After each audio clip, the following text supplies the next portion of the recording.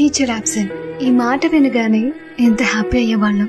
ఒక 5 minutes teacher class కి late గా వస్తే క్లాస్ లానే ఉండేది కాదు.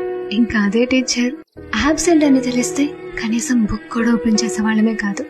ఒక్కోసారి టీచర్ అబ్సెంట్ అని స్కూల్ కి ఆ రోజు రారని ముందే తెలిసేది. కొన్నిసార్లు అయితే ఎంతసేపటికి రావట్లేదని ఆఫీస్ రూమ్ కి క్లాస్ లీడర్ వెళ్లి తెలుసుకుని వచ్చే వరకు తెలీదు ఆ రోజు స్కూల్ కి టీచర్ రాలేదని. ఎక్కడ లేనని కబుర్లు చెప్పుకుంటూ ఉండేవాళ్ళు. ఆ సినిమా అలా ఉంది, మొగలి రేకుల్లో మొన్న పెద్దయిపోయాడు, ఎల్లుండి ఇంట్లో ఫంక్షన్ ఉంది, స్కూల్ కి రాను అని ఏదో ఒకటి చెప్పుకుంటూ ఉండేవాళ్ళు. ఆ రోజుల్లో బెంచ్ మీద కూర్చుని చెప్పుకోవడానికి బోలెడన్ని టాపిక్స్ ఉండేవి. టీచర్ లేని క్లాస్ ఎలా ఉంటుందో మనకు తెలుసు.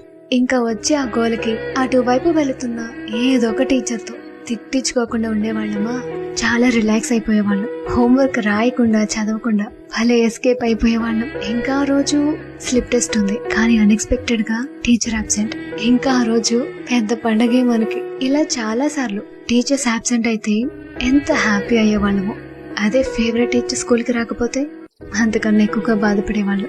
అప్పుడప్పుడు క్లాస్ ఖాళీగా ఉందని ఎక్స్ట్రా టీచర్ ని పంపించేవాళ్ళు. ఆ వచ్చిన టీచర్ కూడా నీకు నచ్చింది ఏదో ఒకటి చేసుకోండి అంటారు చూడండి, అది మాత్రం మన ఫేవరెట్ డైలాగ్.